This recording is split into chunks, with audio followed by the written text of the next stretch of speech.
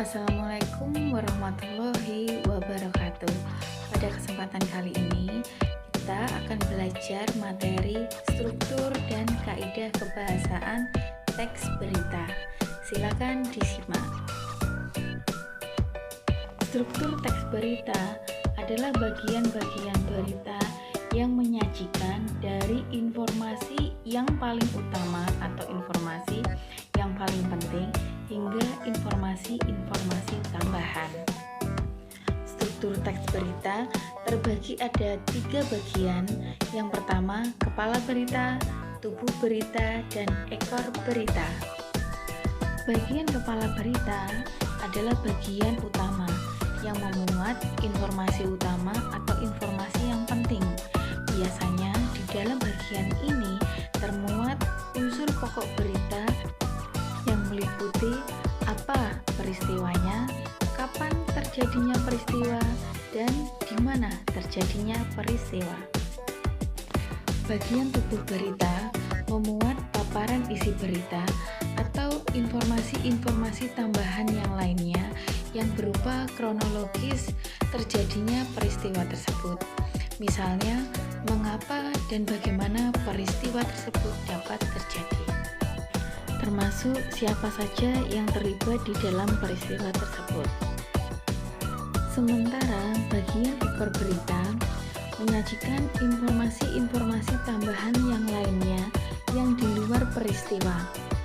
Dapat pula berupa opini atau tanggapan dari masyarakat umum terhadap peristiwa yang terjadi. Selanjutnya, kita akan belajar kaidah kebahasaan teks berita. Apa saja? Silakan disimak baik-baik. Kaidah kebahasaan teks berita yang pertama adalah penggunaan bahasa baku. Bahasa baku membuat informasi menjadi lebih mudah dipahami. Kalimat menjadi lebih efektif dan tidak boros kata. Contoh penggunaan bahasa baku tampak pada contoh berikut. Masyarakat zaman modern sangat terampil sekali menggunakan gadget. Pada contoh tersebut digunakan beberapa kata yang menunjukkan ketidakbakuan, yaitu kata zaman dan kata terampil. Ada juga pemborosan kata, yaitu kata sangat terampil sekali. Diperbaiki dengan cara diubah menjadi sangat terampil. Kaidah kedua yaitu penggunaan kalimat langsung. Kalimat langsung merupakan variasi dari kalimat tidak langsung. Kalimat langsung digunakan untuk menyatakan sebuah ujaran. Kalimat langsung wajib menggunakan tanda petik ganda. Untuk kalimat langsung dapat kalian baca di layar kalian.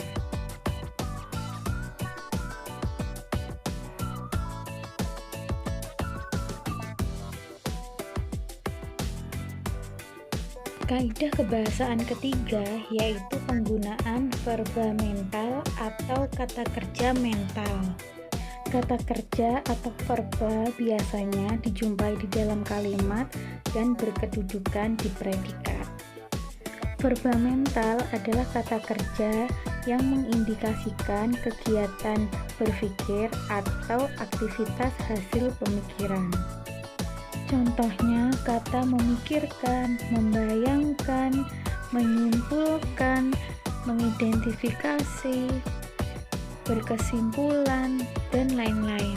Contohnya, mereka memikirkan solusi untuk bisa keluar dari peristiwa-peristiwa yang memilukan itu.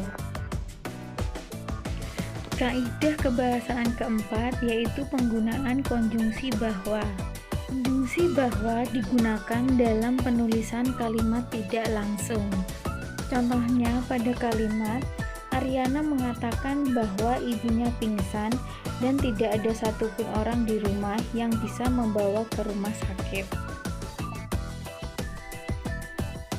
Kaidah kebahasaan berikutnya adalah penggunaan konjungsi temporal atau konjungsi yang menyatakan keterangan waktu. Contohnya pada kata kemudian, sejak, ketika, setelah, awalnya, akhirnya. Konjungsi temporal di dalam teks berita digunakan untuk menyatakan kapan terjadinya sebuah peristiwa. Contoh kalimatnya sudah tertera di dalam layar.